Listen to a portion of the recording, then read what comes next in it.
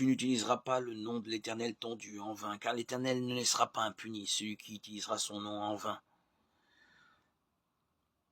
On enfreint souvent ce commandement par négligence. Beaucoup de gens laissent échapper des jurons au sujet de Dieu ou Jésus sans même y penser. Parfois, après avoir raté un examen ou reçu un rappel de facture impayée ou encore après un refus de priorité sur la route, ou pour exprimer la colère ou le dégoût par rapport à une situation. Les gens vont proférer un juron avec le nom de Dieu. Souvent, lorsque j'entends quelqu'un jurer de la sorte, je dis pardon, comme si je n'avais pas compris. L'expression sidérée de ces personnes prouve qu'elles n'avaient pas réfléchi à ce qu'elles venaient de dire. Elles jurent plutôt par habitude, par réflexe.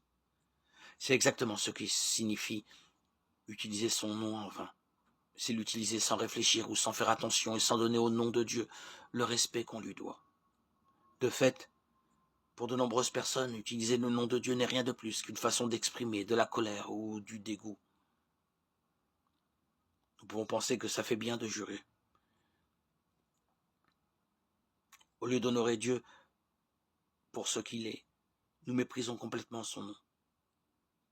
Jésus a dit que nos paroles révèlent ce qui est dans notre cœur. Quand nous entendons ce que nous dit Dieu, cela nous révèle quant au contenu de notre cœur. Entre parenthèses, avez-vous déjà remarqué que seul le nom de Dieu des chrétiens est utilisé pour jurer? Partout où j'ai voyagé, j'ai entendu que l'on disait en vain Dieu, Seigneur, Jésus ou Christ, mais jamais d'autres noms.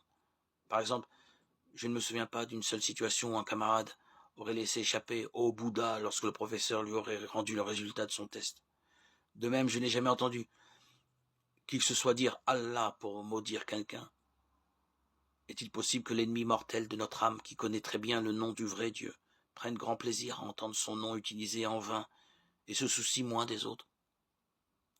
Le côté le plus terrifiant de ce commandement est que tous les jours, beaucoup de gens l'enfreignent sans en avoir conscience, et ce bien que ce soit le seul des 10 pour lesquels Dieu ajoute la menace d'une sanction. L'Éternel ne laissera pas impuni celui qui utilisera son nom en vain. Vous êtes inquiet? Non, et pourtant vous devriez l'être.